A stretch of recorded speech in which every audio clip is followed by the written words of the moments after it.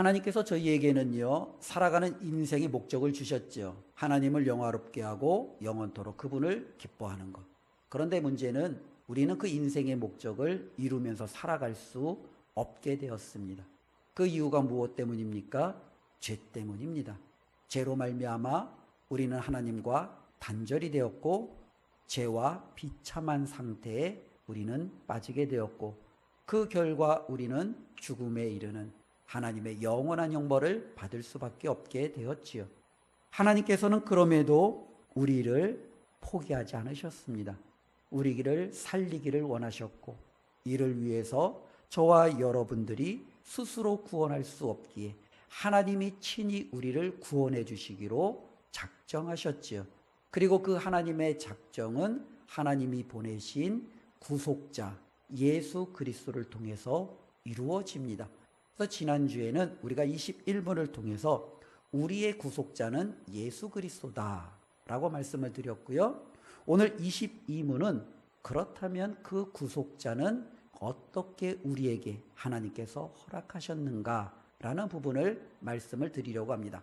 이 구속자라는 단어가 우리가 좀 잘 쓰지 않는 단어예요. 그렇기 때문에 교회 안에서는 우리가 어느 정도 알지만 이것도 어느 정도 알지, 우리의 일상생활에서 이 구속자라는 이 개념 자체를 알기가 굉장히 어려워요.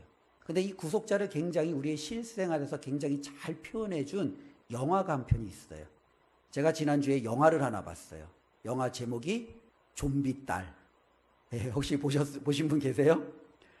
아무도 안 보셨어요. 죄송합니다. 예, 나라에서 그 쿠폰을 줬잖아요. 이번에 민생 회복 쿠폰이라고. 그래서 그거를 저희가 신청을 했는데 그게 돼가지고 이제 가갖고 이제 그 민생 회복 쿠폰으로 해서 이제 밤에 심야에 이제 이 좀비 딸이라는 영화를 한 편 봤어요. 근데 이 좀비 딸의 그 주인공이 이제 아빠 조정석 맞죠? 예, 조정석이 나오는데 이 조정석을 보면 야, 구속자가 뭔지를 알아요. 예, 구속자가 뭔지 알아요. 딸을 위해서 자신의 모든 삶을 희생했어요. 결국에는 그 딸을 살리기 위해서 자신이 대신 총을 맞았어요. 그런데 나중에 알고 봤더니 그 딸은 친딸이 아니라 자기의 누나의 딸이었어요. 근데 자신이 정말로 목숨 걸고 그 딸을, 제가 영화를 다 스포했네. 큰일 났네. 예, 이런 어떤 얘기예요. 그래서 보면은, 이 조정설 보면은, 야, 바로 예수님이 이와 같구나.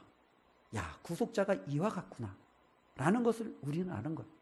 어쩌면은 내가 그를 위해서 나의 모든 삶을 희생할 필요가 없지요. 왜냐하면 나의 친딸도 아니잖아요. 내가 그를 위해서 나의 생명까지, 내가 그에게 나의 모든 것을 내어주는 것이 뭐가 그렇게 정말로 대단하다라고 표현할 수 있겠어요. 그런데 그는요, 그렇게 했어요. 결국에는 정말로 왜 좀비 딸이냐면 그 딸이 좀비에 물려서 이제 좀비가 되었는데 이 조정석의 희생으로 다시금 회복되어지는, 그래서 이제 해피엔딩으로 끝나는 이제 그런 영화인데요. 실질적으로 보면 이제 구속자라는 개념이 바로 이와 같다라는 거예요. 하나님께서는 저와 여러분들에게 구속자를 보내주셨어요. 이 구속자가 우리에게 오셔서 하시는 일이 뭐예요? 우리를 살리는 거예요. 우리를 살리기 위해서 대신 고난받으시고, 우리를 살리기 위해서 대신 십자가에 죽으시고, 우리를 살리기 위해서 대신 하나님의 모든 진노와 저주를 받으시고, 결국에는 우리를 하나님께로부터 살게 만드는, 이걸 바로 구속자라고 말하고요. 예수 그리스도가 바로 우리의 구속자가 되었다라는 겁니다. 우리 한번 22문을 한번 읽어보도록 하겠습니다. 우리 22문 질문입니다. 한번 읽겠습니다. 하나님의 아들이신 그리스도께서 어떻게 사람이 되셨습니까? 즉 하나님께서는 예수 그리스도를 우리에게 구속자로 보내주셨는데, 우리의 구속자가 되기 위해서 이 예수 그리스도는 하나님이세요. 근데 그 하나님이 우리의 구속자가 되기 위해서는 뭐가 되셔야 돼요? 사람이 되어야 돼요. 그러면 하나님께서 그의 아들 예수 그리스도를 어떻게 사람이 되게 하셨는가 라는 부분이죠. 그 질문에 대한 답을 함께 읽습니다. 하나님의 아들이신 그리스도께서는 성령의 능력으로 잉태되어 동정녀 마리아의 몸에서 참 몸과 지각 있는 영혼을 취하심으로 사람이 되셨습니다. 또한 마리아에게서 태어나셨으나 죄는 없으십니다. 이 답에서 세 가지를 우리가 기억하면 됩니다. 즉 하나님의 아들이신 그리스도께서는 어떻게 사람이 되셨는가? 성령의 능력으로 잉태되셔서, 두 번째는 우리와 똑같은 참 몸과 지각 있는 영혼을 갖는 참 사람이 되심으로, 세 번째 그럼에도 죄는 없으신 분으로 우리의 구속자가 되셨다라고 소요리 문답 22문은 우리에게 말씀해 주고 있습니다. 그런데 어떤 분들은 그런 질문들은 종종 해요. 하나님께서 우리를 살리시려고, 우리를 구원하시려고, 그래야 하나님의 마음을 알겠어. 그런데 우리가 하나님의 마음을 아는데 그 하나님은 전능하신 하나님이시라며, 그 하나님은 능치 못할 일이 없으신 하나님이시라며, 그러면 하나님께서 그냥 용서하면 되지, 그냥 하나님께서 그를 구원하시면 되지, 왜 하나님께서는 이렇게 힘든 구속자를 보내시고 때로는 이와 같은 과정을 통해서 우리를 용서하시고 구원하시는 거야? 그냥 하나님의 전능하심으로 모든 것을 이루면 되는 것 아니야? 이렇게 질문하는 분들이 있죠. 어쩌면 그 질문이 일면 타당한 것 같기도 해요. 그러나 우리가 한번 조금 더 생각해 보시면, 하나님은 전능하시고 하나님은 완전하세요. 하나님은 그리고 어떠한 결함도 없으신 하나님이세요.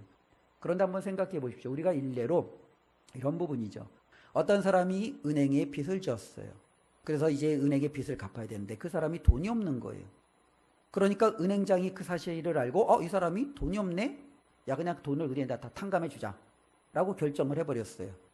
그러면은 이 사람은 한편으로는, 야, 저쪽 은행장은 야, 참 사랑이 많아, 참 사람이 너그러워, 좋은 분 같아, 이렇게 칭찬을 받을 수 있겠죠. 그러나 칭찬만 하는 사람이 있을까요? 아니죠. 그에 대해서 반론을 제기하는 사람들도 있을 거예요. 야, 은행장이라고 은행 돈을 자기 마음대로 써도 돼? 그러면 은행에 해를 끼치면 그 은행에 예금한 사람들이 피해보는 거 아니야? 왜 내가 예금한 걸 가지고 자신이 그것을 가지고 마음껏 활용함으로 자신의 덕을 드러내려고 우리에게 손해를 끼쳐? 이건 옳지 않은 일이야 라고 그 은행장에 어쩌면 그 잘못된 부분을 지적하는 사람도 있을 거예요. 여기서 말하는 것은 실질적으로 그 은행장이 보여줬던 사랑, 혹은 반론에서 제기하는 것처럼 그 은행장이 자신의 것이 아닌 다른 누군가의 것으로 그것을 처리했을 때 오는 불이함, 이 두 가지가 공존할 수밖에 없다라는 거예요. 하나님께서 전능하심으로 누군가를 용서할 때도 이와 같은, 어쩌면은 역설이, 이와 같은 때로는 모순이 함께 존재한다라는 거예요. 하나님은 당연히 사랑이 많으신 하나님이에요. 하나님은 당연히 자비로우신 분이에요. 그래서 하나님은 죄를 용서해 주시고 그를 품어주시는 하나님이에요. 맞아요. 그런데 하나님은 또한 공의의 하나님이세요. 하나님은 죄를 미워하세요. 하나님은 이 죄에 대해서 반드시 그 책임을 물으시는 분이세요. 하나님은 죄를 그냥 눈 감고, 야, 그냥 이번 한 번만 덮고 넘어갈게, 다음엔 그러면 안 돼, 그렇게 하시는 분이 아니에요. 분명히 죄에 대해서는 그것에 대해서 책임을 물으시고 그 책임에 따라서 따끔하게 하나님께서는 처벌도 하시는 분이에요. 하나님이 전능하심은, 하나님의 완전하심은 이 두 가지 속에서 우리가 해결할 수 없는, 어쩌면 여러 가지 이 모순적인 충돌이 함께 나타날 수밖에 없다라는 거예요. 그래서 하나님께서 우리가 죄를 졌을 때 일방적으로 모든 죄를 덮고, 야, 너희들 내가 다 그냥 살려줄게, 그러면 하나님은 공의롭지 않은 하나님이 되는 거예요. 하나님이 너희들은 죄를 졌으니까 너희들의 죄에 대해서는 내가 반드시 책임을 물을 거야, 너희는 영원한 형벌에 처할 거야. 그럼 그 하나님은 자비와 긍휼이 없으신, 어쩌면 인정이 없으신, 너무나도 그 하나님은 분노와 진노의 하나님이다라고 누군가는 생각할지 모르겠습니다. 다시 한번 이 은행장이 공의와 사랑을 함께 취할 수 있는 방법이 있죠. 그 사람이 빚을 졌어요. 더 이상 갚을 길이 없어요. 그 은행장이 그냥 탕감해 주는 게 아니라 자신의 돈으로 그 빚을 메꿔주면 되는 거죠. 그러면 은행이 손해보지도 않고 그 사람이 빚을 갚지 못해서 처벌을 받지 않아도 되고, 그 사람은 은행장의 자비로 말미암아 용서함을, 빚의 탕감을 받고, 때로는 그것에 대해서 반론을 가지려고 했던 사람들도 분명히 그것은요, 은행장이 자기 돈으로 한 거기 때문에 그 누구도 뭐라고 할 수 없는 거죠. 하나님은요, 바로 이와 같은 방식으로 우리의 구원의 문제를 해결해 주시는 거예요. 하나님께서는 그를 선택하셨고 사랑하기로 작정하셨고, 그러나 그 죄값을 물으시기에 하나님께서 그 죄값을 누구한테 돌려? 나한테 돌려라는 거예요. 그 죄값을 바로 나한테 돌리게끔 하심으로 하나님은 그 공의를 충족시키는 거예요. 근데 여기서 문제가 생기는 거예요. 분명히 누가 죄를 지었어요? 사람이 죄를 지었어요. 사람이 죄를 지었으면 그 죄는 누구에게 돌려야 돼요? 당연히 사람에게 돌려야 돼요. 하나님이 그 죄를 대신 받을 수 없잖아요. 당연히 그 사람이 죄를 지었으니까 그 사람에 상응하는 또 다른 사람이 그 죄값을 받으셔야 돼요. 신이신 완전하신 하나님이 그 죄값을 받으실 수는 없으세요. 그래서 하나님이 택하신 방식이 뭐냐? 바로 그 사람의 죄값을 대신하여 받기 위하여 하나님이 누가 되시는 거예요? 사람이 되시는 거예요. 하나님께서 우리와 똑같은 인류가 되시는 거예요. 하나님은 이와 같은 비하, 어쩌면 성경적으로 하나님의 낮아지심, 예수 그리스도께서 정말로 우리와 똑같은 이 비천에 처하시는 이 방식을 마다하지 아니하시고 취하시기로 결정하신 거죠. 소요리 문답 22문은 바로 이것을 우리에게 가르쳐주고 있습니다. 그런데 그 하나님이 사람이 되는 데에 있어서도 일반적인 방식으로 이루어지면 안 돼요. 만약에 일반적인 방식으로 이루어지면 그는 동일하게 죄인의 후손일 수밖에 없어요. 그러니 죄인의 후손이 아닌 또 다른 방식의 사람이 되셔야 되는 거예요. 하나님께서는 그 방식을요, 바로 성령으로 잉태케 하심으로 동정녀 마리아에게 나게 하시는 거죠. 아담은요, 하나님이 직접 창조하셨어요. 그리고 아담 이후의 모든 인류는 아담의 후손이에요. 그러나 예수 그리스도는요, 아담의 후손이 아니에요. 하나님께서 아담을 처음 창조하신 것처럼 하나님의 전능하심으로 예수 그리스도는 또 다른 사람으로 하나님께서 이 땅 가운데 보내주셨어요. 아담에게는 흙으로 그의 모양과 형상을 만들고 그 코에 생기를 불어 하나님의 형상 닮은 사람으로 창조하셨다면, 예수 그리스도 하나님이 사람이 되시는 방식은 성령의 능력으로 동정녀의 마리아의 몸에서 나게 하심으로 사람이 되게 하셨다라는 것이 바로 성경에서 우리에게 말씀해 주고 있는 거죠. 그래서 예수 그리스도에게 있어서 가장 중요한 질문 중에 하나가 뭐냐면, 예수 그리스도는 누구냐라는 거예요. 예수 그리스도는 신이냐 아니냐, 예수 그리스도는 하나님이냐 아니냐, 이 질문이 기독교의 역사 속에서 굉장히 많이 일어났고, 이 질문 때문에 얼마나 많은 교회들이 깨어졌고, 이 질문 때문에 얼마나 많은 무수한 아픔의 역사가 있는지 모릅니다. 예수 그리스도께서는요, 신이세요 아니세요? 신이세요. 예수 그리스도께서는요, 하나님이세요 아니세요? 하나님이세요. 우리가 보통 보면은요, 세계에 유명한 그 종교를 우리가 보통 얘기할 때 규모로 얘기하지 않고 어느 정도의 영향력으로 이야기할 때 보면 유대교와 기독교와 이슬람교를 둡니다. 그리고 종교 많은 사학자들은요, 그 뿌리를요, 구약에서 발견해요.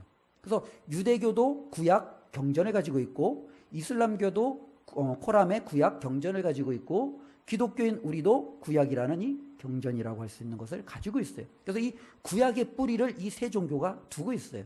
저는 아직 예루살렘엔 가보지 못했는데 TV에서 보통 이게 성지순례 같은 표를 보면은 예루살렘을 보면 그 성전이 세 구역으로 나눠져 있더라고요.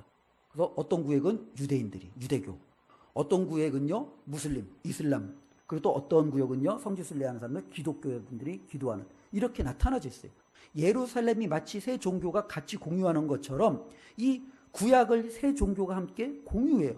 그래서 어떤 사람들은요, 이 세 종교의 신은 같은 신 아니냐라고 말해요. 즉 이슬람교의 알라나 유대교에서 말하는 야훼나 기독교에서 말하는 여호와 하나님은 같은 신 아니냐라고 말해요. 어쩌면 구약에서 말하기 때문에 종교를 얘기하면 종교적으로 보면 그렇게 우리가 끄덕일 수 있어요. 그런데 왜 이 세 종교가 이렇게 분리되어 있느냐라는 거죠. 어쩌면 동일한 구약과 동일한 하나님의 말씀을 붙들고 있는데 이것이 그렇게 극단적으로 완전히 다른 종교처럼 될 수 있느냐. 그 근원이 어디에 있어요? 바로 이 소요리 문답 22문에서 찾을 수 있어요. 소요리 문답 22문은요, 하나님께서 친히 사람이 되신 예수 그리스도에 대해서 말씀하고 계세요. 우리는 예수 그리스도를 참 하나님, 참 신으로 믿어요. 유대교는요, 예수 그리스도를요, 참 신으로 믿지 않아요. 이슬람교도 예수 그리스도를 참 신으로 믿지 않아요. 이슬람교는 예수 그리스도를 그냥 참 선지자 중에 한 분, 유대교는 처음에는 하나님 앞에 저주받은 자였다가 나중에는 그래도 선한 영향력을 가진 그냥 한 역사 속의 인물, 이 정도로 알고 있지 그분을 참 하나님, 참신으로 믿지 않아요. 예수 그리스도가 참 하나님이요 참신으로 믿는 종교는 저와 여러분들이 속해 있는 이 기독교가 우리가 정말로 하나님의 사도들을 통해서 받은 이 말씀 속에 가장 분명하게 드러나 있다라는 거예요. 하나님이 친히 사람이 되셨습니다. 어떻게요? 성령의 능력으로 되셨습니다. 바로 이 성령의 능력으로 우리 가운데 사람이 되신 예수 그리스도가 우리의 구속자임을 말합니다. 교회 안에서 이 말씀들을 보면은요, 이 기적이라는 부분들을 설명하기가 참 많이 어려워요. 제가 예전에도 이런 부분들을 말씀을 드렸는데, 어떻게 남자와 여자 사이가 아닌 여자 혼자의 성령으로 잉태되어지는 그와 같은 출산이 있을 수 있어. 이건 말도 안 돼. 라고 하더라고요. 근데 어떤 분이 그런 말들 하더라고요. 성경에는요, 말도 안 되는 기적들이 너무너무 많이 있다라는 거예요. 근데 이 말도 안 되는 기적의 처음이 어디예요? 창세기 1장 1절이라는 거예요. 태초에 하나님이 천지를 창조하시니라. 그치요. 성경은요, 바로 하나님이 우리가 생각할 때 말도 안 되는 그 출발점을 하나님의 천지 창조에 두고 있다는 거예요. 많은 분들은 만일 창세기 1장 1절을 믿을 수만 있다면 그 이후에 나타나는 어떠한 기적도 우리는 받아들일 수 있다는 거예요.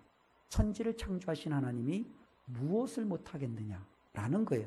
그러나 정말로 우리가 동정녀 탄생을 믿지 못하고 하나님의 놀라운 기적의 역사를 믿지 못하는 그 이면에는 창세기 1장 1절부터 막히는 거죠. 하나님의 천지 창조가 믿어지지 않으니 그 이후에 나타나는 수많은 기적들도 그에게는요 받아들이기가 어려운 거예요. 그러나 성경은 분명히 말합니다. 우리의 구속자는 하나님이 정말로 성령의 능력으로 우리 가운데 오게 하신 하나님이시다 라고 분명히 말씀하고 있죠. 두 번째로는요, 그 하나님이요 동정녀 마리아에서 무엇과 무엇을 가졌다라고 22문에 답하냐면 참 몸과 지각 있는 영혼을 취하심으로 사람이 되셨다라는 거예요. 기독교에 있어서 많은 이단 중에 하나가 우리가 좀 많이 얘기했지만 보통 이제 영지주의 혹은 가연설 이와 같은 이단들이 초대교회 초창기에 많이 일어났어요. 즉 예수님은 참신이야. 그러나 인간이 될 수가 없어. 어떻게 인간이 사람이 돼? 말이 안 돼. 예수님은 그냥 참 하나님이셔. 참 하나님이 잠시 동안 세상에 오셨다가 떠나신 거야. 보통 초대교회는요 그와 같은 예수 그리스도를 믿었죠. 그런데요 제자들이 우리에게 전해준 그리고 성경이 우리에게 전해준 예수 그리스도는요 우리와 똑같은 사람이었다라는 거예요. 우리와 같이 육체를 가지셨어요. 우리와 같이 영혼을 가지셨어요. 그분은요 바로 이 육체와 영혼을 가진 참 사람이 되셨다라는 거죠. 그래서 예수 그리스도께서는요 우리와 똑같은 것을 가지셔서 그분의 사역 가운데서 그분이 우리가 겪는 모든 것들을 함께 겪었다라고 성경은 말해요. 우리는 조금만 지나면 배가 고프잖아요. 예수님도 배가 고프셨어요. 예수님도 많은 사역을 하시면 힘들고 피곤하잖아요. 예수님도 너무너무 힘들고 피곤해서 눕기만 하면 앉기만 하면 주무실 정도로 예수님도 정말로 그 고단한 인생을 살아가셨어요. 예수님도 사랑하는 사람을 떠나볼 때 눈물을 흘리며 하나님 앞에 슬퍼하며 나아가는 그 슬픔을 가지셨어요. 예수님도 채찍에 맞을 때 사람들에게 모욕을 당할 때 수치감을 느끼시고 예수님도 아픔을 느끼시고 고통을 느끼시고 예수님도 그 모든 것들을 똑같이 느끼셨다라는 거예요. 그것은요 무엇을 우리에게 말해요? 예수님은 저와 여러분들과 똑같은 사람이었다라는 거예요. 예수님은 저와 여러분들과 다르지 않아요. 우리가 느끼는 모든 것을 예수님은 같이 받으셨어요. 우리는 이 땅을 살면서 시험도 받잖아요. 유혹도 받잖아요. 예수님도 시험 받고 유혹 받는 거예요. 사역의 초창기 때는요 마귀가 직접 와서 예수님을 유혹했죠. 때로는요 예수님께서 사역을 시작하시자마자 때로는 그 무리들이 예수님을 시험하고 예수님을 유혹하죠. 예수님을 왕으로 세우려고 예수님을 자신들의 지도자로 세우려고 예수님 앞에 접근하기 시작하죠. 이와 같은 모든 유혹, 이와 같은 시험을 우리 예수님도 동일하게 겪으셨다라는 거예요. 하나님이 정말로 우리와 똑같은 사람이 되셨다라고 성경은 말씀해주고 있습니다. 그런데 22문은요 결정적으로 한 가지 차이만을 말합니다. 하나님이 우리와 똑같은 사람이 되셨는데 그럼 예수님과 우리는 아무 차이가 없네? 아니에요. 한 가지 차이가 있어요. 우리는 죄가 있는 사람인데 예수님은 죄가 없으신 사람이 되셨다라는 거예요. 예수님께는요, 그 어떠한 죄도 없으세요. 이미 시작부터 아담의 후손이 아닌 하나님의 성령의 능력으로 이 땅에 오셨고, 우리는 무수한 정말로 그 죄성을 가지고 태어났기에 우리는 유혹 앞에, 시험 앞에 무너지고, 우리는 정말로 욕망 앞에 무너져서 엄청난 우리는 죄를 지면서 살아가지만, 예수님은 한순간도 아버지의 뜻을 어긴 적이 없어요. 하나님의 말씀에 불순종하신 적이 없어요. 하나님께서 그분에게 뜻하신 바를 그는 거역한 적이 없어요. 우리 예수님은 죽기까지 복종하심으로 하나님 앞에 죄 없는 완전한 사람으로 이 생애를 살아가셨다라는 거예요. 우리의 구속자가 어떠한 분이십니까? 바로 이와 같은 구속자라는 거예요. 우리 예수님은요, 참 하나님이세요. 그분이 왜 우리와 똑같은 사람이 되셔야 돼요? 우리를 살리기 위해서, 우리를 구원하기 위해서. 우리와 똑같은 아픔과 어려움을 동일하게 겪는 그 사람이 되셨습니다. 죄가 없으시기에 너의 죄를 나한테 옮겨. 너의 죄를 내가 가지고 갈게. 우리의 모든 죄를 다 짊어지시고 십자가로 우리 주님께서 가신 거예요. 그곳에서 죽으심으로 저와 여러분들은 하나님 앞에 놀라운 구원을 선물로 받게 되었지요. 바로 우리의 구속자가 저와 여러분들의 예수 그리스도이심을 다시 한번 기억하시며, 우리의 삶을 하나님 앞에 어떻게 살아가야 되는가라고 고민하며 날마다 이것을 우리의 중심에 두고 살아가는 믿음의 영향력이 우리 가운데 있었으면 좋겠습니다. 특별히 오늘 말씀을 이렇게 좀 정리해 보기를 원합니다. 우리도 살다 보면 실패를 하지요. 절망에 빠지죠. 때로는 외로움도 우리를 짓누를 때도 있습니다. 그때마다 우리가 걱정할 필요가 없어요. 우리가 겪는 이 모든 것 동일하게 예수님도 겪으셨어요. 우리의 모든 연약함을 예수님은 다 아세요. 그래서 그 예수님은 그 모든 것을 짊어지시고 우리를 대신하여 죄를 붙들고 십자가를 지셨다라는 거예요. 그분이 계시기에 저와 여러분들은 지금도 두려움과 절망과 좌절 가운데 살아갈 그 어떠한 이유도 우리에겐 존재하지 않아요. 때로는 사단이, 악한 영들이 우리에게 말할 수 있겠지요. 때로는 우리 주변에서 우리를 고소하고 참소하는 자들이 일어날 수도 있겠지요. 그러나 그 모든 순간순간에 오늘 말씀을 기억하시기를 바랍니다. 나에게는 나의 모든 아픔을, 연약함을 대신 짊어지시고 그것을 아시기에 그 모든 것을 품으신 예수 그리스도가 계시다. 그분이 있기에 나에게 주어지는 이 놀라운 평안함, 나에게 주어지는 이 놀라운 하나님의 구원의 은총, 이것을 기억하면서 살아가시고, 그러면 남은 생에는 이제는 어떻게 살아가겠습니까? 예수님은 우리를 위해서, 나를 위해서 이 땅에 오셨어요. 그리고 나를 살리셨어요. 이제는 우리는 어떻게 살아가면 돼요? 주를 위해서 살아가면 돼요. 나를 위해서 자신의 모든 것을 희생하시고 쏟으신 그 주님을 위해서 살아가면 되는 거예요. 주님을 위해서 살아간다는 것이 뭔가 거창한 게 아니에요. 주를 위해서 복음 들고 땅끝까지 달려가는 것, 주를 위해서 나의 모든 인생을 다 헌신하며 바치는 것, 우리가 이런 거창한 것만이 주님을 위해서 살아간다라고 생각할 이유가 없어요. 하나님이 주시는 마음이라면 그렇게 하셔도 돼요. 그러나 그것이 아니더라도 우리가 주를 위해서 살아간다는 것은 예수님이 보여주셨던 그 모습을 우리가 그대로 흉내내고 본받으며 살아가는 거예요. 이 땅에서 힘들 때 기도하셨던 예수님처럼 나도 힘들 때 기도하는 거예요. 이 땅에서 유혹 속에 그 유혹을 떨쳐버리고 하나님의 도우심을 구했던 예수님처럼 우리도 제 유혹 가운데 그 유혹을 떨쳐버리기 위해 하나님의 도움을 구하면 되는 거예요. 때로는 주님께서 우리에게 말씀하신 다른 사람들을 사랑하고 품으라고 말씀하신 것처럼 부족하지만 먼저 손 내밀고 먼저 도와줄 줄 아는 이와 같은 삶을 살아가는 거예요. 이게 바로 우리의 구속자 되신 예수 그리스도를 우리가 알고 살아가는 삶이 되는 줄로 믿습니다. 저와 여러분들을 위해서 우리 하나님께서 그분의 아들 예수 그리스도를 사람이 되게 하셨습니다. 그리고 그분으로 말미암아 우리는 놀라운 구속을 얻었습니다. 이번 한 주간도 주님 주신 이 구원의 기쁨 간직하고 믿음으로 승리하시기를 주님의 이름으로 축원드립니다. 기도하겠습니다. 하나님 감사합니다. 우리는 죄인이고 스스로 구원할 수 없는 사람이었습니다. 그것을 너무나도 잘 아시는 하나님께서 우리를 위해서 구속자를 허락하여 주셨습니다. 우리의 구속자는 예수 그리스도십니다.